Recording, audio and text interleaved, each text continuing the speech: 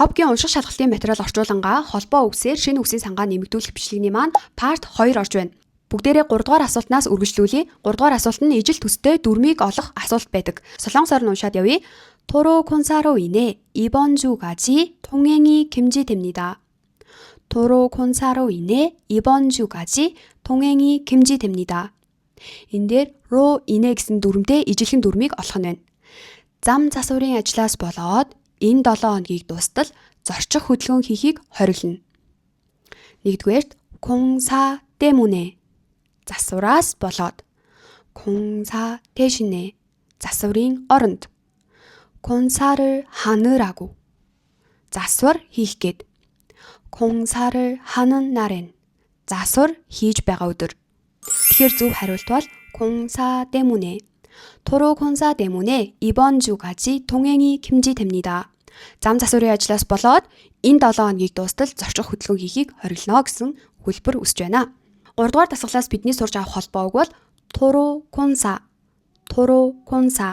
зам засварын ажил. 이번 주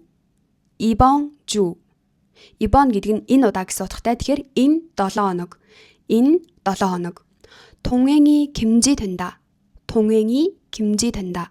За 통행 гэдэг нь зорчих хөдөлгөөн, 금지 гэдэг нь хориглох гэсэн утгатай үг байгаа. Тэгэхээр зорчих хөдөлгөөнийг хориглоно гэсэн холбоо үг үсэж байна. 4-р асуулт ижил төстэй төгсгөх нөхцөл олох асуулт байна.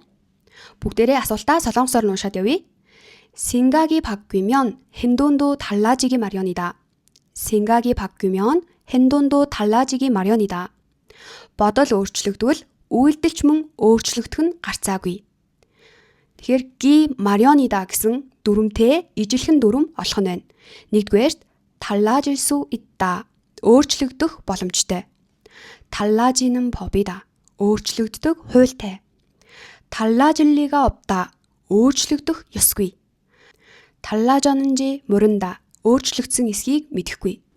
4-р дасгалаас бидний сурж авах холбоог. 생각이 바뀌다.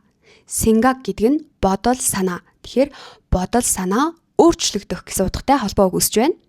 үргэлжлүүлээд 행동이 달라지다.